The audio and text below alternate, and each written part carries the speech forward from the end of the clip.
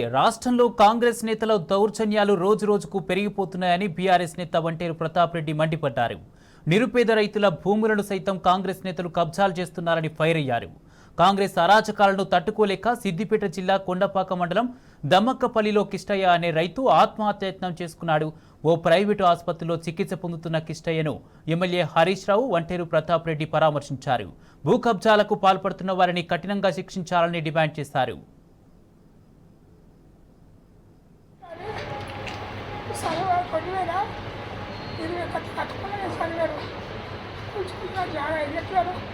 పక్కన జరిగితే వచ్చుకొని అప్పుకున్న వాళ్ళకి తీసుకుంటాను కొడిపించుకుంటాను దిగిన 3 నెలల నుంచి సర్వేలు వచ్చారు.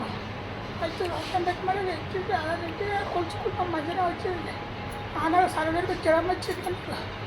జ్వరం వచ్చింది అంటే ఎవరి పక్కన ఆదించే చెడిపోయింది.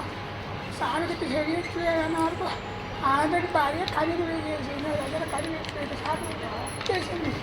సారుకి వేసేసేది ఆమె మళ్ళీ వచ్చి కొలిసి కరెక్ట్గా ఉండబెట్టి నేను పిల్లవాడిని పట్టించుకోతాను. అన్నీ కరెక్ట్ తీసుకున్నాను.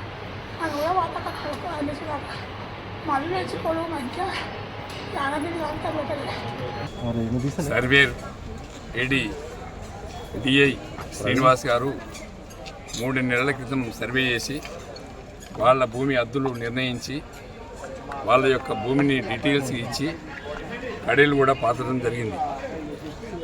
తర్వాత ఆగంరెడ్డి అనే వ్యక్తి ఆ కడీలు తీసేసి మళ్ళీ సర్వే చేయించుకోవడానికి మళ్ళీ ఫీజు కట్టించి సర్వే చేయించినటువంటి ఆగంరెడ్డి గారు అంటే అధికార దుర్వినియోగాన్ని అధికారాన్ని అడ్డు పెట్టుకొని ఇలా తూముకుంట నర్సారెడ్డి గారు డిఐ గారిని అడ్డు పెట్టుకొని ఇలా బండి కిష్టయ్య ఆత్మహత్యకు కారణమైంది.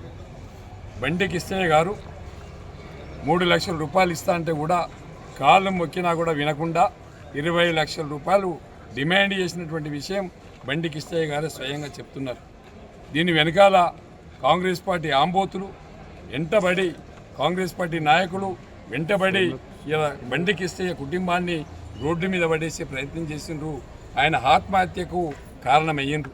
ఇలా గజ్వేల్ నియోజకవర్గంలో ఈ 7 మాసాల కాలంలో ఎక్కడ భూ తగాదాలు వచ్చినా సెటిల్మెంట్లు చేసి లక్షలు కోట్ల రూపాయలు వసూలు చేస్తున్నటువంటి కాంగ్రెస్ పార్టీ ఆబోతు మీద చర్యలు తీసుకోవాలని చెప్పి నేను కాంగ్రెస్ పార్టీ ముఖ్యమంత్రి రేవంత్ రెడ్డి గారిని నేను డిమాండ్ చేస్తున్నా.